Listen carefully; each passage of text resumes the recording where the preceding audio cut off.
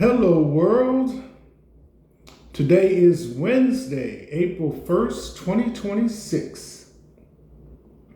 This is a sideshow. I'm Theodore Parker, coming to you from the East Coast of the United States, Kentucky, Lexington.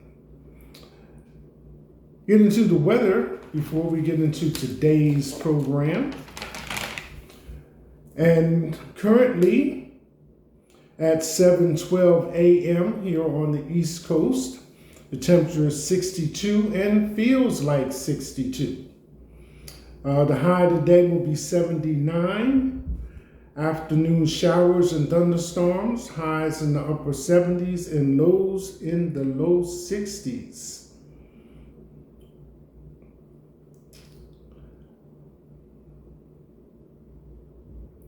Currently, the weather is good for running, cycling, and gardening. The AQI is good at 30. Pollen for tree is high. Grass is low and ragweed is none. Wind is at 8 miles per hour. Today, sunrise will be at 7:23 a.m., another 10 minutes or so from now. And sunset will be at 8:01 p.m. The northern tier of this country is still getting predictions for snow. And expect tomorrow to be the next sunny day. Friday as well, both in the 80s. Saturday's in the 80s with rain. And on through into next week being in the 60s. So that kind of wraps up the weather for today, April 1st, and brings us to the news.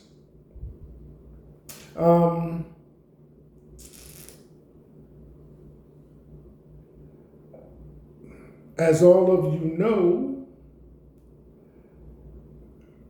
weekend past, this country went through a No Kings protest. And protests were seen in all 50 states. So, because of the amount of time that's going by, let me refresh your memory that the first idea of No Kings came out of Donald Trump's announcement of a military parade for his birthday. And that's what got the ball rolling. This is the third such protest. I think the first one had about 5 million in attendance or participating. Number 2 was 7 million. And now we just had number 3. So here's a little bit of feedback from No Kings rallies and protests. No Kings rallies protesting against war, immigration policies, and executive power occurred in several countries outside the U.S. on March 28, 2026. So we were not by ourselves. And just let your mind play back on other things that have happened when the whole world has gotten involved globally. Major demonstrations were held in European cities like Paris, London, Rome, Lisbon, and Germany. Rallies also took place in Australia and across Latin America, often organized by expatriates. Europe. Participants gathered in Paris near Bastille, London protesting far-right politics, and Lisbon. Italy. Thousands marched in Rome targeting domestic government policies.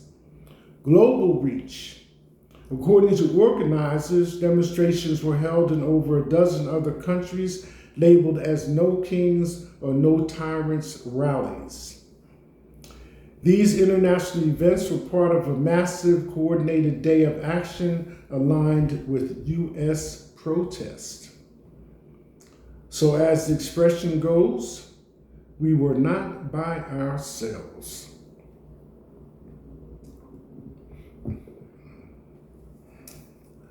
So the question, where are we now?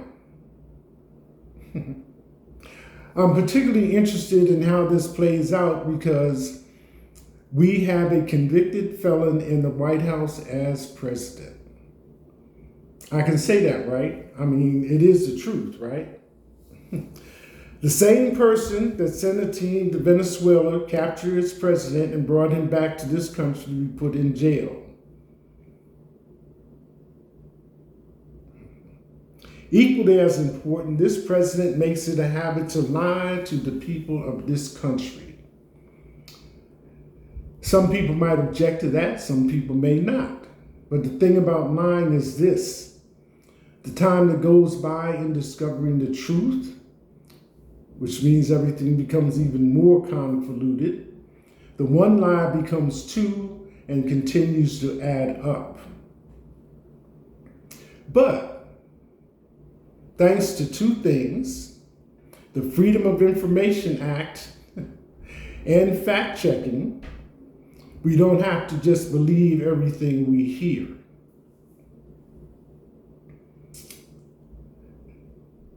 And Confucius said, "It is three things that do not long remain hidden: the sun, the moon, and the truth."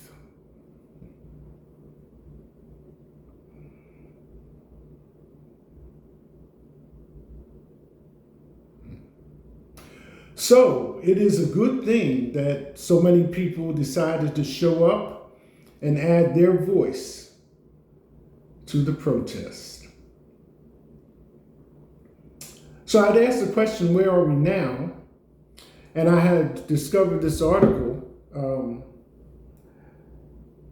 that comes from the Time magazine, and it's called "Trump is in Freefall and Democrats Still Might Blow It." That doesn't sound very encouraging, but when you consider everything that's involved,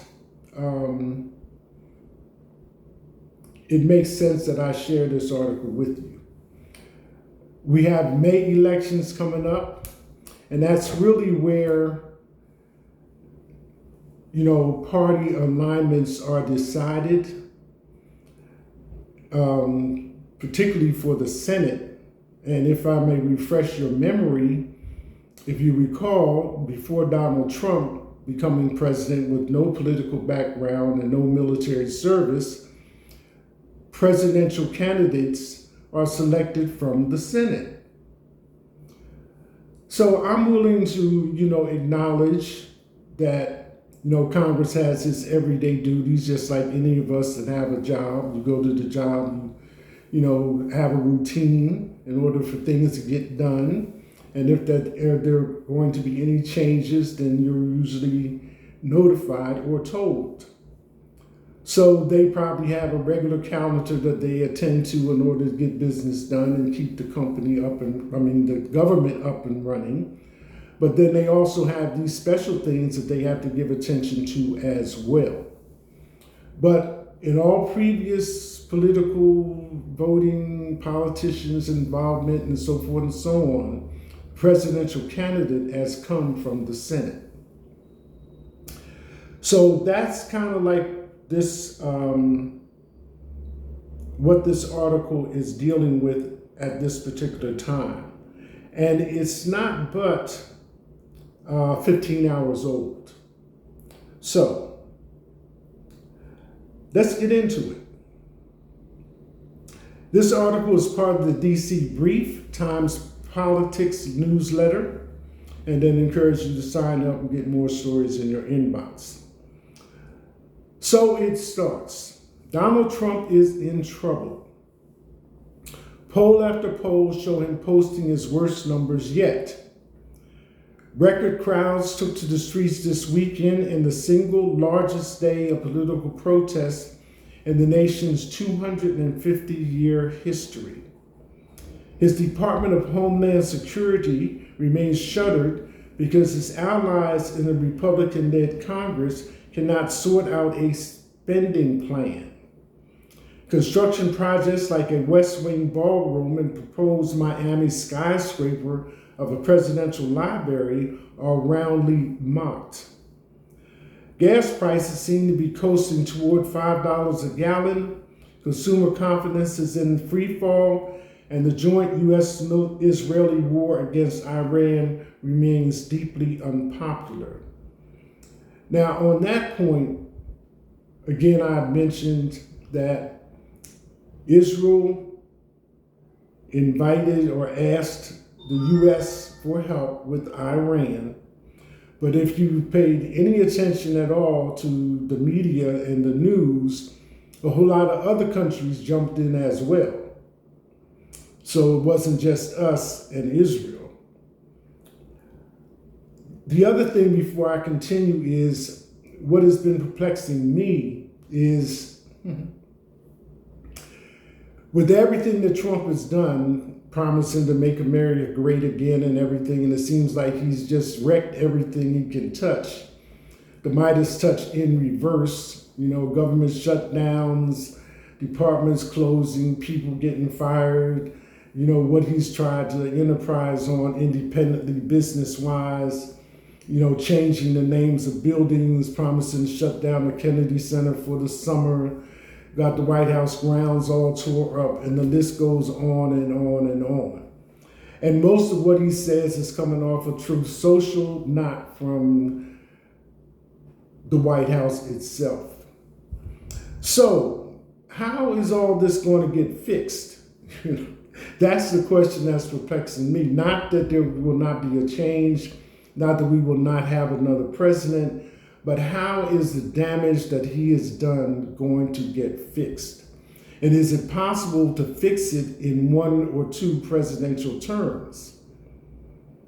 I know you have the first 100 days that any new president is granted, for executive orders, but even that is a boatload of changes. Trump uses executive orders like some people say, and include a glass of water. So it perplexed me, but this article continues like this. Oh, in state legislative seats, Democrats have picked up 30 seats in the last 15 months, while Republicans have snagged 0. Yet Democrats, now this ties into what comes in May for elections. That's when, the districts vote and all those political positions that serve the community, you have a chance to voice your opinion on, all the way up to governor. Yet Democrats might still stumble their way to falling short of their base's sky-high expectations as they head toward November's elections. The blue waves seem primed, but that's not because of anything the party has done. No, the structural problems that bedeviled the Democrats in 2024 remain. In their decision last year to shelve an internal autopsy of Kamala Harris's loss to Trump remains emblematic of Democrats' continued unwillingness to address its problems head on. It's not like our party is popular, says Mandela Barnes, a former Wisconsin lieutenant governor who is looking to move up to the state's top job. People aren't happy to vote for someone just because they're a Democrat. We have to be real with ourselves. Barnes is, for Trump not to be in office, yes, I would vote Democrat, but that's just my opinion and me talking. Barnes is not alone among Democrats trying to navigate this tricky terrain. Voters don't like the people in charge, but remain less excited about the alternative. I don't think you're overreading it, Barnes tells me of the national mood. It feels impossible. Like so many others in his party right now, Barnes sees voters more motivated by what they are against than what they are for. It's about who is going to show up to be a fighter. People feel like they're powerless right now. They feel like their voices don't matter. It's that tension that keeps Democratic strategists on edge. The Republicans in command of the House, the Senate, and the White House are in the gutter when it comes to polling. But being a not Republican is not necessarily enough to best them. When it comes to partisan affliction, polls find none of the above is the largest party ID. Excuse me. The situation is actually worse than that. Even as Trump sees his polling crater, the pool of Democrats is still shrinking as a share of the total population. In Florida, where voters register by party, there are now 5.5 million Republicans and 4 million Democrats, a wild swing from 2016 when there were 4.6 million Republicans and 4.9 million Democrats. And Trump carried the state both times. I have to say this as well. I saw this short video clip, and one of the politicians, I'm sorry I can't remember his name right now, but he made a point. He said it's enough in government that you have to function and you have the executive branch, the legislative branch, and the third one as checks and balances, right? But in Trump's case, is one of those unique times when you have an intersection where money and power meet. So he went on to expound on that a little bit, and that is a point that can be made, because as most people say, when it talks about power and people in charge, who's responsible, who's supposed to be doing what for who, then that kind of covers it. But here you have somebody that can negotiate with no political portfolio and no military portfolio, telling people how things should be done, and if they don't do it his way, they either are fired or put in jail. Money meets power. Although Nate Silver's polling warehouse has a generic Democratic candidate faring about 5 points better than the GOP rival, that's still a long way from a slam dunk, particularly given just how gerrymandered House districts are these days. After all, the gold standard Cook political report counts just 17 House races this year as true toss-up seats. To put that 5-point tailwind in perspective, that number was closer to 7 points at this moment in 2018, when Democrats netted 41 House seats. 4 years earlier, Democrats were up by a little more than 1 point and would lose 9 House seats. And in 2010, when Democrats would lose 63 House seats, they were down by just 2 points. Democrats need to net just 3 seats to take control of the House, but 4 seats do so in the Senate, where the prospect of Democrats fully flipping Congress could come down to the nominees they settled on in states like Maine, Michigan, and Iowa.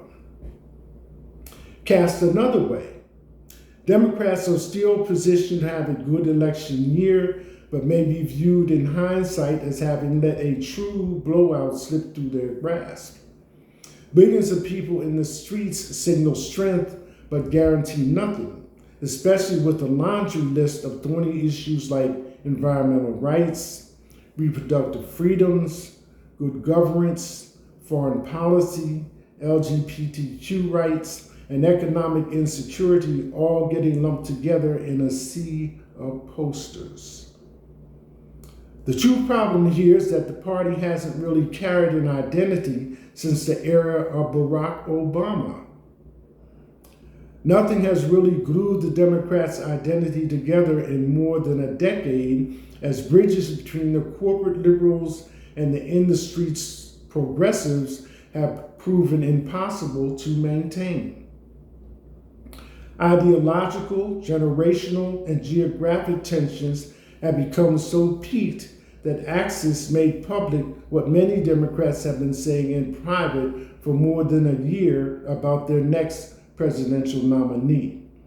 It has to be a straight, white, Christian man. More immediate, though, is this year's midterm elections that historically punished the party in the White House, which is why Barnes, who is locked in a tight Democratic primary to bid for Wisconsin's open race for governor, also sees a silver lining in that GOP frontrunner is Representative Tom Finney, who will have to run on his record. Being a member of Congress running for office is a tough sell with what people are going through. Still, a party can't run the table in elections across the country without the money to do it. Democrats' fundraising advantage in competitive races is real, but incumbency has its privileges. Chiefly favors to dole out in short order. The GOP campaign ecosystem outraised its Democratic peers last year, and Trump remains a from-the-gut political force that can motivate millions. The question for Democrats creeping toward election season is if Trump's gravitational power will bring voters back toward his cause this fall or repel them into Democrats' waiting arms. The latter is how Joe Biden won the nomination in 2020 by using the threats of Trumpism to unite his party, and how correct he was. Numbers this year point to a good environment for Democrats who are giving off big 2006 vibes when voters split 31 House seats and made Nancy Pelosi the first female speaker. But it's also worth comparing their standing to the GOP in 2022, when the Republicans had a generic poll advantage of a little less than 4 points. The red wave that year turned out to be a mirage, with Republicans gaining a meager 9 House seats and losing a seat in the Senate.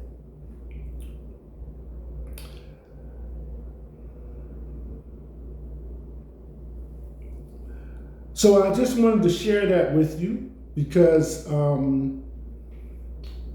weekend past, as expression goes, was a good weekend. It's encouraging to know that people, what they don't want.